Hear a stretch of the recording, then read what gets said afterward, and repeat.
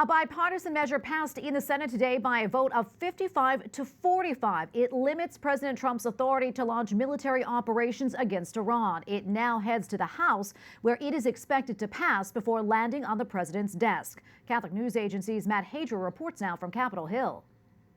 Good evening, Tracy. Senate Majority Leader Mitch McConnell and many other Republicans oppose the resolution. They say that it sends the wrong message to U.S. allies. The resolution states that the president must win approval from Congress before engaging in further military actions against Iran. The Senate will resume consideration of S.J. Res. 68. Several Republican names are listed in support of the bill. Senators Lee, Paul, and Collins. Its author, Democratic Senator Tim Kaine of Virginia, says it calls on Congress to fulfill its responsibilities. Some viewed this as an effort to tie President Trump's hands. It's not really about President Trump. It's really not even about the president. It's about Congress. It's about Congress fully inhabiting our Article I role to declare war and taking that deliberation seriously. Minority Leader Chuck Schumer says it is a signal to the president. The Senate will assert its constitutional authority and send a clear bipartisan message that the president, this president or any president, cannot sidestep Congress when it comes to matters of war and peace.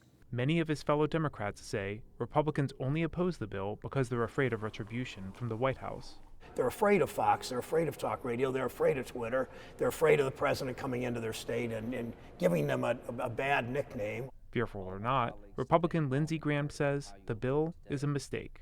You may think nothing really will happen if this passes because it will never become law as we know law to be in the United States.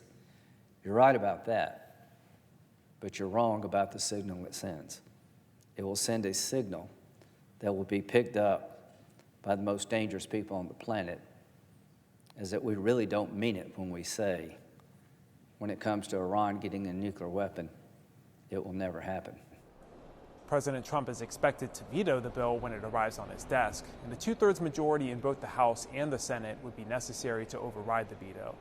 At the Capitol, Matt Hadro, EWTN News Nightly.